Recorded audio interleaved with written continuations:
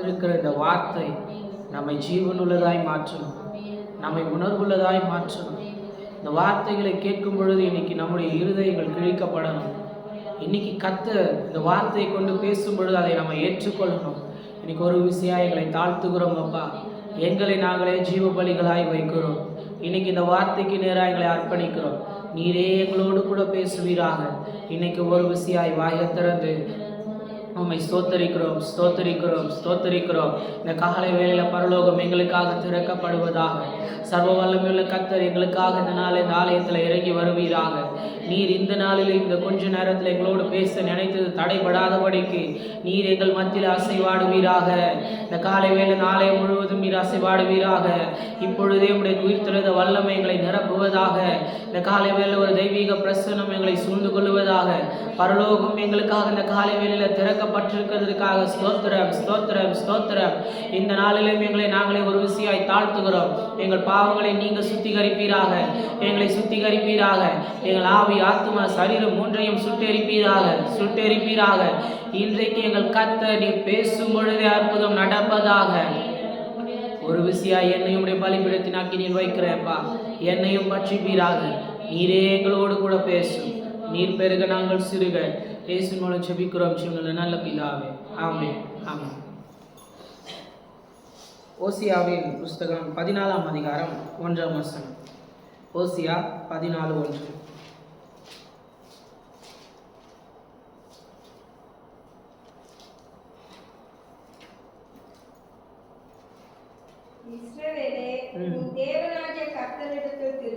போதும். இன்றைக்கு இந்த காலை வேளையில கர்த்தருடைய ஆவியானவர் நமக்கு சொல்ல விரும்புகிறார். இஸ்ரவேலே, உன் தேவனாகிய கர்த்தரிடத்தில் திரும்பு. ஆமென். ஒருவேளை இஸ்ரவேலே என்ற அந்த இடத்துல நம்ம பேரை வச்சு இன்னைக்கு இந்த காலை வேலை நம்ம வாசிச்சோம்னா நாம எங்க திரும்ப வேண்டி இருக்குன்னு நமக்கு நல்லாவே தெரியும்.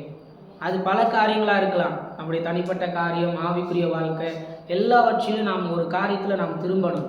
ஏன்னா நம்ம எல்லாருக்குமே தெரிஞ்ச ஒரு நல்ல வசனம், ஆதியில கொண்டிருந்த அன்பை நம்ம விட்டுட்டோம். ஆமென். ஆதியில கொண்டிருந்த அன்பை விட்டுட்டோம். ஒருவேளை நானுமே கூட யோசிச்சு பார்த்தேன்னா, இதுக்கு முன்பு இருந்த பல மணி நேரம் ஜெபம் இப்போ இருக்கான்னு யோசிச்சு பார்த்தா நானும் சொல்வேன், ஆண்டவரே என்னை திருப்பும். ஆமென். இதெல்லாம் போதாது. அவர் வருகிற வரைக்கும் நம்முடைய ஜெப வாழ்க்கை பெருகணும். அவர் வருகிற வரைக்கும் நம்முடைய பரிசுத்த வாழ்க்கை பெருகணும். ஆனால் தான் வேதம் சொல்கிறது, பரிசுத்தம் உள்ளவர்கள் இன்னும் பரிசுத்தம் அடையுங்கள். ஆமென். ஒருவேளை நம்ம பரிசுத்தவான்களாயே இருந்தாலும், ஜெபம் பண்ணுகிறார்களா இருந்தாலும், வேத வாசிச்சாலோ, இன்னைக்கு நம்ம கேட்க போகிற ஆண்டவரே என்னை இன்னும் பரிசுத்தம் பண்ணும். ஒருவேளை ஆண்டவர் நாளைக்கு வருவாரானால் நம்ம அவரை எதிர்கொண்டு போகணும் இல்லையா? ஒருவேளை இன்னைக்கு நம்ம இந்த வார்த்தையை கேட்டுக்கொண்டே இருக்கும் பொழுது நம்ம கொஞ்சம் பேரா இருக்கலாம், ஆனால் இங்கே அமர்ந்து கொண்டு இருக்கிறோம். ஒருவேளை மனவாளன் வரும்பொழுது நம்ம அவரிடத்தில் எடுத்துக்கொள்ளப்படணும்னா நம்ம மனம் திரும்பினவர்களாக இருக்கணும். ஆமென். நம்ம ரத்தத்தால் கழுவப்படுகிறோம், ஆவியானவரை பெற்றுக்கொள்கிறோம், எல்லாமே செய்கிறோம். இப்போ இன்னும் கொஞ்சம் சொல்லணும்னா, நாளைய தினத்தில் பந்தி ஆராதனையிலும் கலந்து கொள்ள போகிறோம். ஏற்கனவே நம்ம கேட்ட மாதிரி தான் எல்லாமே இருக்குது நம்ம இடத்துல. ஆனால் சரியான ஒரு மனம் திரும்புதல் நமக்கு தேவை. ஆமென். அந்த கர்த்தருடைய ஆவியானவர் நம்ம இடத்தில் வரும்பொழுது எல்லாவற்றையும் உணர்த்தி சகல சத்தியத்துக்குள்ளும் நம்ம நடத்துகிறார். இன்னைக்கு கர்த்தருடைய ஆவியானவர் மத்தியில் சொல்லுகிறார், இஸ்ரவேலே, உன் தேவனாகிய கர்த்தரிடத்தில் திரும்பு. ஆமென். ஒருவேளை நம்ம திரும்புகிறதுக்கு பல விதம் இருந்தாலும் இன்னைக்கு ஒரே ஒரு வார்த்தையை மட்டும் நான் காண்பிக்க விரும்புகிறேன். அந்த அதிகாரத்தினுடைய 2வது வசனத்தை வாசிங்களேன். போதும். வார்த்தைகளை கொண்டு கர்த்தரிடத்தில் திரும்புங்கள். ஆமென். கர்த்தருடைய ஆவியானவர் நம்மோடு பேசும் பொழுது நாம் மனம் திரும்பணும். ஒருவேளை ஒவ்வொரு வாரமும் நாம் வார்த்தையை கேட்கிறோம், ஆண்டவர் நம்மோடு பேசும் பொழுது நாம் மனம் திரும்பணும். ஏன் அப்படின்னா, ஆண்டவர் காசு நான் சொல்லும் போது என் மக திரும்பிடுவா. நான் பேசுனா என் மகன் கேட்பா. நான் பேசினா என் ஊழியக்காரன் கேட்பான்னு அவருக்கு அவ்வளோ ஆசை. ஒருவேளை ஆண்டவர் ஊழியர்களை நம்பி பேசுகிறார், உண்மைதான். ஆனால் இன்னொரு பக்கம் அவருக்கு என்ன ஆசை, நம்பிக்கைன்னா, நான் பேசுனா என் மகன் கேட்பான். ஆமென். நான் பேசுனா என் மகன் என்னை தன்னை மாற்றிப்பான். நான் பேசுனா என் மகன் செவி கொடுத்து கேட்பா. உண்மையாகவே என்னை அவன் அப்பான்னு சொல்லுகிறது உண்மையானா அவன் அதன்படியே நடப்பான். ஆமென். இவ்வளோ ஆசை நம்ம அப்பாவுக்கு நம்ம மேலே. ஆனால் நமக்கு என்ன ஆசைன்னா, ஆண்டவர் சொல்லுகிற ஒன்றையும் செய்ய மாட்டோம். ஆமென். நமக்கு பிடிச்சதெல்லாம் செய்வோம், நம்மளால் செய்ய முடிஞ்சதெல்லாம் செய்வோம். ஆனால் ஆண்டவர் சொல்லுகிற ஒரு குறிப்பிட்ட காரியத்தை நம்மளால் செய்ய முடியாதுப்பா. இத்தனை மணி நேரம் ஜெபம் பண்ணுனா ஜெபிக்க முடியாது. உடம்பு வலிக்குது ஆண்டவரே, கால் வலிக்குது ஆண்டவரே, முட்டி வலிக்குது, முழங்கால் வலிக்குது, எல்லாமே நம்ம சொல்லுவோம். நான் கூட சொல்லியிருக்கிறேன். காரணம் பலவீனம், சரீர பலவீனம். ஆனால் ஆண்டவருக்கு ஆசை, நான் சொன்னதை என் மகன் செய்கிறானா, அதுதான் அவருக்கு ஆசை. இதை கொடுன்னு சொன்னதை கொடுக்குறானா, இதை அவன் பேசுன்னு சொன்னோடனே பேசுகிறானா, இவங்களை போய் சந்தின்னு சொன்னே சந்திக்கிறானா, இதை மாற்றுன்னு சொன்னால் மாற்றிக்கிறானா, இது எல்லாமே ஆண்டவருக்கு ஆசை. அதனால தான் இன்னைக்கு காலையில் கர்த்தருடைய ஆவியானவர் சொல்கிறார், வார்த்தைகளை கொண்டு கர்த்தரிடத்தில் திரும்புங்கள். ஆமென். காரணம், இந்த வார்த்தைகள் ஜீவனுள்ள வார்த்தைகள். ஒருவேளை பல இடத்துல நான் போகும் பொழுது அவங்க செய்கிற காரியம்லாம் என்னென்னா, இதில் இருக்கிற வார்த்தைகள் எல்லாம் படிப்பாங்க. விசுவாச பிரமாணம் படிப்பாங்க, சங்கீத புஸ்தகம் படிப்பாங்க. நம்ம சர்ச்சில் ஒன்று நடந்திருக்கு இல்லையா, இதெல்லாம் நம்ம செய்வோம். ஆனால் இது படிக்கிற புஸ்தகம் அல்ல, இதன்படி வாழுகிற புஸ்தகம் என்று நாம் உணர்ந்து கொள்ளணும். ஆமென். இது படிப்பதற்காக கொடுக்கப்பட்டதல்ல, இதன்படியே நாம் வாழ்கிறதற்காக, சகல சத்தியத்திற்குள்ளும் நடப்பதற்காக. பல இடத்துல அபிஷேகத்தை பற்றி படிப்பாங்க, ஆனால் அபிஷேகத்தை பெற்றுக்கொள்ள மாட்டாங்க. பரிசுத்த ஆவியானவர் பற்றி அறிவு இருக்கும், ஆனால் பரிசுத்த ஆவியானவர் பெற்றுக்கொள்ள மாட்டாங்க. காரணம் என்ன? அவரை பெற்றுக்கொண்டால் நம்ம ஏதாவது ஒரு ஷேக் வருமோ, உடல் ஏதாவது அசைவு வருமோ, ஒரு கூச்ச சுபாவம். நான் சொல்லுவேன், இதெல்லாம் நம்மளை பரலோகத்துக்கு கொண்டு போய் சேர்க்காது. ஆமென். இதெல்லாம் நம்மளை பரலோகத்துக்கு கொண்டு போய் சேர்க்காது. அவர் வரும்பொழுது இந்த முத்திரையாகிய பரிசுத்த ஆவியானவர் நமக்கு தேவை. அந்த பரிசுத்த ஆவியானவர் பெற்றுக்கொள்ளா இந்த வார்த்தைக்கு நம்ம கீழ்ப்படிந்தே ஆகும். ஒருவேளை இன்னைக்கு இந்த சுத்திகரிப்பு ஆராதனையில் வந்திருக்கிற நமக்கு நாளைய தினத்தில் அவருடைய பந்திய ஆராதனையில் நம்ம கை வைக்கணும்னா கூட இந்த பரிசுத்த ஆவியானவர் நம்மை உணர்த்தி கொண்டே இருக்க நம்மை மாற்றிக்கொள்ள வேண்டியது அவசியம். ஆமென். வார்த்தைகளை கொண்டு திரும்புங்கள். ஒருவேளை 1 ராஜாக்களின் புஸ்தகம் 19ஆம் அதிகாரத்தை எடுத்து அந்த அதிகாரத்தை வாசித்து பார்த்தீங்கன்னா, அங்கே எலியா என்கிற தீர்க்கதரிசியை பற்றி எழுதப்பட்டிருக்கும். அங்கே அவர் சோர்ந்து போய் ஒரு சூறைச்செடியின் கீழே படுத்திருக்கிறார். சூறைச்செடியின் கீழே படுத்திருக்க கர்த்தருடைய தூதனாளர் வந்து தட்டி எழுப்புகிறார். முதல் விஷயம் தட்டி எழுப்புகிறார், செவி கொடுக்கல. 2வது விஷயம் தட்டி எழுப்புகிறார், கொஞ்சம் அப்படி செவி கொடுக்குற மாதிரி செவி கொடுத்து போய் ஒரு குகையில் படுத்தாச்சு. சில நேரம் நாமளும் அதுதான் செய்கிறோம். முதல் விஷயம் தட்டி எழுப்பும்போது நம்ம கேட்க மாட்டோம். உங்களுக்கு இந்த அனுபவம் இருந்திருக்காங்க? இல்லை, எனக்கு இருந்திருக்கு. சில நேரம் நான் தூங்கிட்டே இருக்கும்போது நடுராத்திரில் என்னை யாரும் எழுப்புன மாதிரி இருக்கும். திடீர்னு முழிப்பு வந்துடும். திடீர்னு எழுந்து அப்படியே என் உள்ளத்தில் ஒரு தோன்றுதல் வரும், அது இப்போ ஜெபம் பண்ணு, பாட்டு பாடு, கொஞ்ச நேரம் அந்நிய பாஷையில் பேசி, இப்படி எனக்குள்ள ஒரு உணர்வு, இந்த தோன்றுதல் வரும். இந்த மாதிரி உணர்வுகள் உங்களுக்கும் இருந்தால் கர்த்தரை ஸ்தோத்தரிக்கிறேன். இல்லைனாலும் கர்த்தர் இந்த நாள்லேருந்து கொடுப்பாராக. ஆமென். அவரோடு இடைவிடாமல் நாம் செபித்து கொண்டே பேசிக்கொண்டே இருக்க வேண்டும். அங்கே எலியாவை தட்டி எழுப்புகிறான் கர்த்தருடைய தூதன். முதல் விஷயம் கேட்கிறார், உணர்வு இல்லை. 2வது விஷயம் எழுப்புகிறார், அப்பயும் கொஞ்சம் உணர்வு வந்த மாதிரி வந்து போய் குகையில் படுத்தாச்சு. இப்போ ஆண்டவர் பார்த்தாரு, இவன் தூதன் சொன்னாலாம் கேட்க மாட்டான், இப்போ நானே இறங்கி வரேன்னு ஆண்டவரே இறங்கியாச்சு. ஆமென். ஒருவேளை ஆண்டவர் இறங்கும் பொழுது நம்ம சரியானவர்களா இல்லைன்னா கைவிடப்பட்டு போயிடுவோம். ஆமென். அதுக்கப்புறம் எலியா செய்த ஊழியம் எழுத அவ்வளோவா இல்லை. ஏன்னா ஆண்டவர் இறங்கி சொல்லிட்டாரு, இனி உன் கரத்தை கொண்டு 3 பேரை நான் எழுப்ப போகிறேன், அபிஷேகம் பண்ண போகிறேன், அவ்வளோதான் முடிஞ்சுது. அதுக்கப்புறம் எலியாவை ஆண்டவர் எடுத்துக்கொண்டார். ஒருவேளை 2வது விஷயம் தூதன் தட்டி எழுப்பும் பொழுதே உணர்வு இருந்திருந்தா, ஓடி இருந்தால் உண்மையாக அவருடைய பிரயாணம் வெகு தூரமாய் மாறி இருக்கும். ஆமென். ஏன் நம்மளால சில நேரம் ஆண்டவர் பேசி நம்மளை மாற்றிக்கொள்ள முடியல தெரியுமா? நம்முடைய சுயம், நம்முடைய பலவீனம், நம்முடைய போராட்டம், நம்முடைய இருதயத்தின் சத்தம். இன்னைக்கு இதையெல்லாம் நம்ம அர்ப்பணிச்சுட்டு போகிற ஆண்டவரே, நீர் முதல் விசை தட்டி எழுப்பும் பொழுது எனக்குள்ள ஒரு உணர்வை தாரும். ஆமென். வார்த்தைகளை கொண்டு திரும்புங்கள். இன்னும் ஒரு விஷயம் கூட சொல்லுவேன், ஒரு மனுஷனுக்கு எது வேணாலும் திரும்ப கிடைச்சிடும். அபிஷேகம் இழந்தாலும் கிடைக்கும், வரங்கள் போனாலும் கிடைக்கும். ஏன்னா அவர் கிருபை உள்ளவர், இரக்கம் நிறைந்தவர். எதை இழந்தாலும் கட்டாயம் கொடுப்பார். யாராலையும் சொல்ல முடியாது, ஆண்டவரே நான் வாங்கின அன்னிலிருந்து இன்ன வரைக்கும் பர்ஃபெக்டாக இருக்கேன், கட்டாயம் கிடையாது. நம்ம வாங்கி ஒவ்வொரு நாளும் ஏதோ ஒரு தப்பு செஞ்சுட்டு தான் இருக்கும். ஆனால் ஆண்டு நம்மளை நினைக்கிறார், அபிஷேகத்தை ஊற்றுகிறார். ஆனால் ஒரு மனுஷனுக்கு திரும்ப கிடைக்காத ஒரே ஒரு சொத்து அவருடைய சமூகம் தான். ஆமென். ஒருவேளை இந்த எலியா தான் 17ஆம் அதிகாரத்தில் முதல் வசனத்தில் சொல்லுவார், நான் யார் தெரியுமா? இஸ்ரவேலி தேவனாகிய கர்த்தருக்கு முன்பாக நிற்கிற மனுஷன். அப்படின்னா அவருடைய சமூகத்தில் என் முகம் எப்பொழுதும் தெரிஞ்சுக்கிட்டே இருக்குமா? ஆமென். நம்முடைய முகம் அவருடைய சமூகத்தில் தெரியுமா? நம்ம உலகால் படித்தா நம்முடைய முகம் பரலோகத்தில் தெரியுமா? நாம் ஜெபம் பண்ண ஆண்டவர் சந்தோஷப்படுவாரா? என் மகன் வந்திருக்கான் பாரு.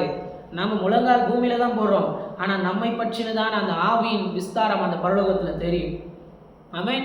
அந்த ரகசியத்தை தான் எலியா சொல்கிறார், நான் இஸ்ரவேலின் தேவனாகிய கர்த்தருக்கு முன்பாக நிற்கிற மனுஷன், அவருடைய சமூகத்தில் நிற்கிற மனுஷன். ஆனால் அப்படிப்பட்ட மனுஷன் தான் அவருடைய சமூகத்தில் நிற்காம ஓடி போயிட்டார். ஓடி போனது இப்போ ஆண்டவர் தத்தளிக்கிறார், தூதனை கொண்டு எழுப்புகிறார், வா எலியா வந்துரு. கேட்கல. முதல் விஷயம். 2வது விஷயம் சொல்லுகிறார், கேட்குற மாதிரி கேட்டு ஓடிட்டார். மறுபடியும் இப்போ 3வது ஆண்டவரை இறங்கினாரு, மறுபடியும் அந்த சமூகம் கிடைக்கல. மறுபடியும் எலியாவால் அந்த வார்த்தையை சொல்ல முடியலை. ஆனால் இப்போ ஆண்டவர் ரொம்ப இரக்கமுள்ளவர்னால, எலியாவே நீ இனிமேல் இந்த சமூகத்தில் இருக்க வேண்டாம், உனக்கு என் சமூகம் தானே வேணும்னு இப்போ அவருடைய எடுத்துட்டு போயிட்டார். காரணம், ஒரு மனுஷனுக்கு மிகப்பெரிய சொத்தே அவர் சமூகம்தான். அப்படின்னா ஒரு மனுஷனோட அவர் தங்கி இருப்பது தான் மிகப்பெரிய சொத்து. எதை வேணால் இழந்து போங்க. ஒருவேளை இன்னைக்கு கூட சொல்லுவேனே, எதை வேண்டுமானாலும் இழந்திருக்கலாம். ஆனால் இன்றைக்கு நீங்கள் புறப்பட்டு போகும்போது சொல்லுங்க, ஆண்டவரே உங்கள் பிரசன்னம் என்னை சூழ்ந்து கொண்டே இருப்பதாக. ஆமென். அதுதான் நம்மளோடு கர்த்தர் இருக்கிறத மற்றவங்களுக்கு நிரூபித்து காட்டும். அதுதான் நம்ம பக்கத்தில் மற்றவங்க வரும்போது சொல்லும், இந்த மனுஷனோடு கர்த்தர் இருக்கிறாருப்பா. ஆமென். அதுதான் எலியாவின் இடத்துல இந்த எலியாவை கண்ட உடனே ஒரு பயம் ஒரு எல்லாருக்கும், ஐயோ கலங்க பண்ணுகிற மனுஷன் வந்திருக்கிறான். ஏன் அவன் வாயில் ஆண்டவர் என்ன பேசுகிறாரோ அது நடந்துடும். அதனால தான் அவனை சுற்றி இருந்த எல்லாருக்கும் பயம். உபதியாக்கு ஒரு பயம், ஆண்டவர் உங்களை எங்கேயாச்சும் கொண்டு போயிடுவார். தீர்க்கதரிசி, கர்த்தருடைய சமூகத்தில் இருக்கிற மனுஷன். ஆகாப்புக்கு பயம், ஏசபேலுக்கு பயம். காரணம், தீர்க்கதரிசியோட கர்த்தர் இருப்பார், தேவ சமூகத்தில் இருக்கிற மனுஷன். ஆனால் தேவ சமூகத்தை இழந்து போகிறார். ஓடி போய் ஆண்டவருக்கு மறைவாக ஒரு குகையில மறைந்திருக்க ஆண்டவர் இறங்கிட்டாரு. ஆண்டவர் வந்தால் ஒரே ஒரு அர்த்தம் கேட்டுப்பா, என் சமூகத்தை விட்டு எங்கப்பா உன்னால் போக முடியும்? ஆமென். ஒருவேளை நமக்கு நல்ல சமூகம் இந்த ஆலயம் தான். ஆமென். நமக்கு நல்ல சமூகம் நம்முடைய ஜெப அறை தான். நமக்கு நல்ல சமூகம் நாம் இப்போ ஒருவேளை இப்போ எனக்கு இப்படி ஒரு ஆசை வருது, ஆண்டவரே நான் நடந்து போகும் பொழுது நான் நிற்கிற இடமெல்லாம் உங்கள் சமூகமாய் மாறணும். ஆமென். நீங்கள் என் கூட வந்தா. இப்போ இன்னொரு வார்த்தையை கூட நான் காண்பிக்கிறேன். சங்கீதங்களின் புஸ்தகம் 51ஆம் அதிகாரம் 11ஆம் வசனத்தை யாராவது ஒருத்தர் வாசிங்க. சங்கீதம் 51:11.